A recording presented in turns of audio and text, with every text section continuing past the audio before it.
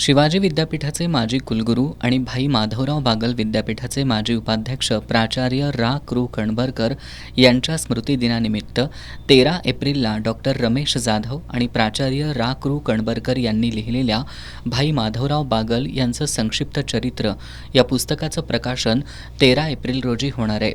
भाई माधवराव बागल विद्यापीठाचे कार्याध्यक्ष डॉक्टर TS पाटील यांनी पत्रकार बैठकीत या प्रकाशन समारंभाबद्दल माहिती दिली. राजर्षी शाहू स्मारक भवनामध्ये सायंकाळी 6 वाजता ज्येष्ठ विचारवंत डॉक्टर भालबा विभूते यांच्या अध्यक्षतेखाली आणि शिक्षणतज्ज्ञ हेरंब कुलकर्णी यांच्या उपस्थितीत हा समारंभ संपन्न होणार आहे.